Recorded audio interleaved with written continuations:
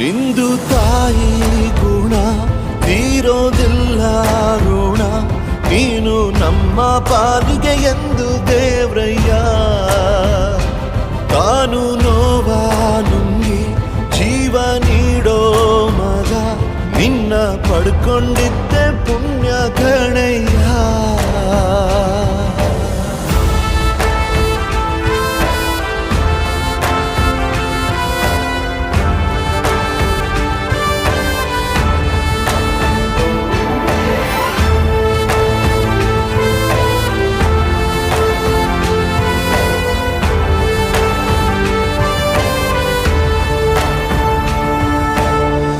ಅನ್ನ ಕೊಡೋ ಭೂಮಿನು ಹೊಗಳುತ್ತಿದೆ ನಿನ್ನನ್ನು, ಊರನ್ನೇ ಬೆಳಗೋ ವಜ್ರ ನೀನು.